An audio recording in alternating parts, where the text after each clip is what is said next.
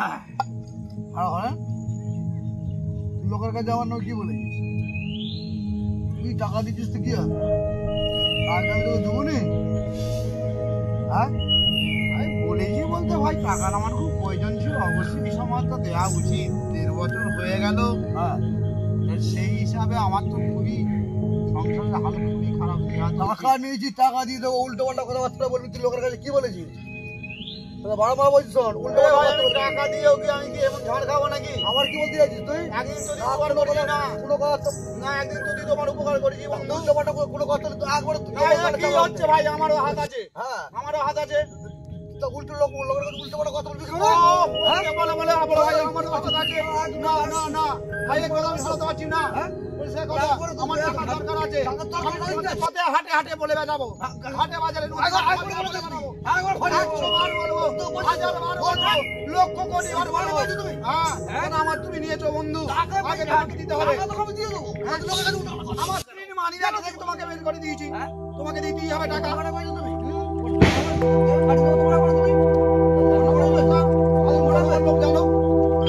টাকা নিয়ে টাকা না 1.5 বছর হয়ে গেল।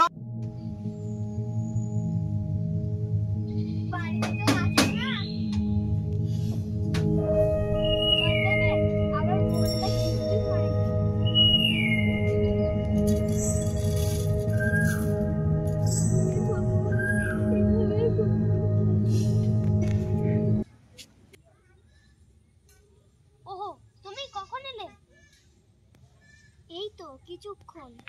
আপনি কি ভাবছিলেন?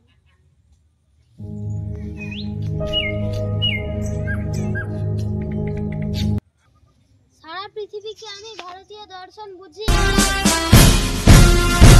কিন্তু আমি কি নিজেকে ভারত মাতাকে জানার চেষ্টা করেছি?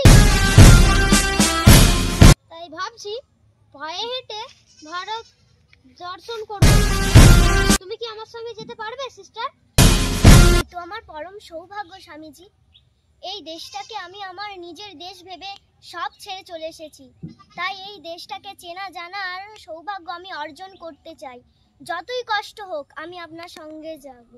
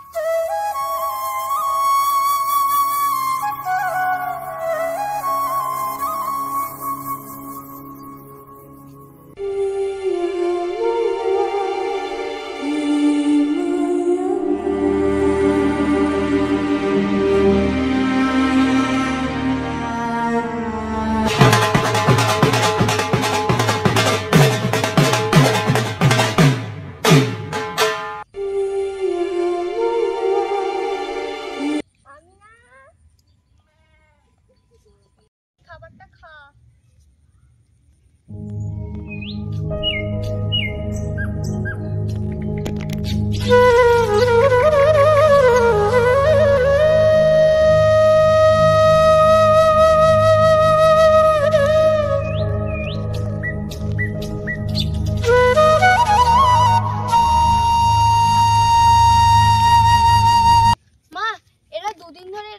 খাইনি, তাই আমার খাবারটা ওদের দিয়ে দিলাম। পেয়েছি পেয়েছি আমি পেয়েছি, মা দুর্গাকে খুঁজে পেয়ে গেছি। কি পেয়েছেন স্বামীজি? ভারত মাকে খুঁজে পেয়ে গেছি, মা দুর্গাকে খুঁজে পেয়ে গেছি। কোথায় পেলে? ওই দেখো সিস্টার, ওই দূরে।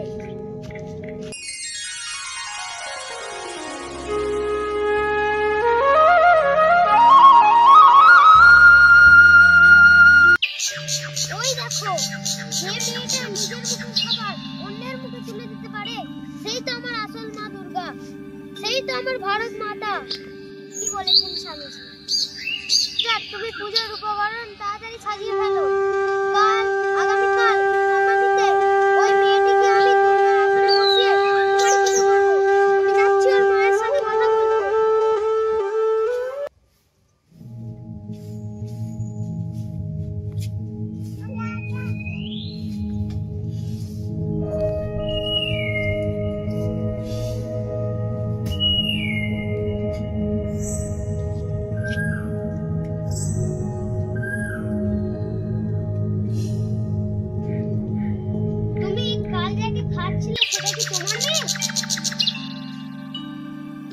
আগামীকাল তোমার মেয়েকে আমরা নিয়ে যাব, দুর্গা রূপে কুমারী পুজো করব। সে কি স্বামীজি, আপনাদের সমাজ কি আমার মেয়েকে মেনে নেবে? সে তুমি চিন্তা করো না বোন, স্বামীজি আছেন তো, সব ঠিক হয়ে যাবে। যেটা ভালো বুঝবেন সেটাই করুন স্বামীজি।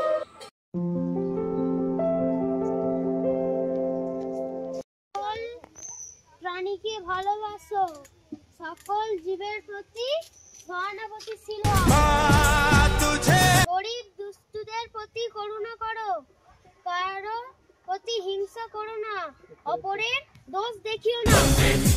ইচ্ছা শক্তি জগৎকে পরিচালনা করে, জীবে প্রেম করে যে জন, সে জন সেবিছে ঈশ্বর। হে যুব সমাজ, জেগে ওঠো, গর্জে ওঠো, সচেতন হও, দুঃখে না পৌঁছানো পর্যন্ত থেমে যেও না। স্বামীজি,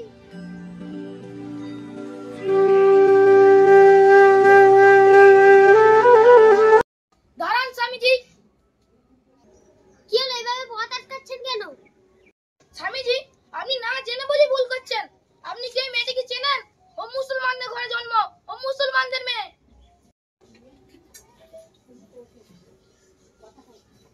পণ্ডিত মশাই, কি বলছেন পণ্ডিত মশাই? তুমি চুপ করো। মেলস্ত জাতি, খ্রিস্টানের মেয়ে হয়ে আমাকে জ্ঞান দিচ্ছ?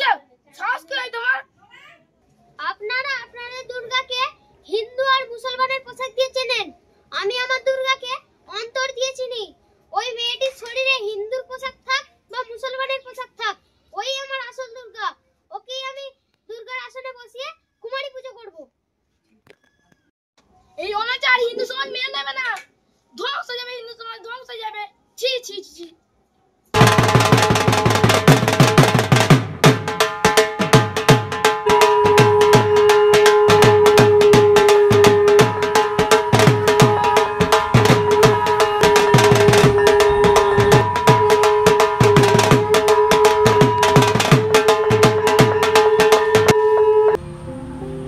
এই হলো মানবিকতার পুজো, এই হলো মানবতার পুজো। মা দুর্গা সকলে, জাতি ধর্ম নির্বিশেষে মা সবার। এই দেখুন না, এক মুসলিম কন্যা আমেনা দুর্গারূপে পূজিত হচ্ছে, আর তাকে কে পুজো করছে? একজন হিন্দু সন্তান, স্বামী বিবেকানন্দ। আর সেই স্বামী বিবেকানন্দকে পুজোর জন্য সহযোগিতা করছে একজন খ্রিস্টান কন্যা, সিস্টার নিবেদিতা। এটি আমাদের ভারত।